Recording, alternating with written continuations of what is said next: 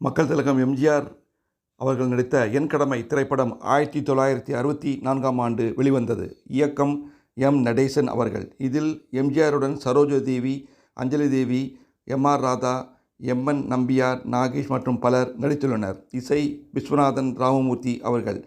ஆனால் இந்த திரைப்படம் எதிர்பார்த்த அளவிற்கு வெற்றி பெறவில்லை. காரணம், எம்ஜிஆர் அவர்கள் சென்னை சட்டமன்ற குழுவிலிருந்து ராஜினாமா செய்த சமயம்.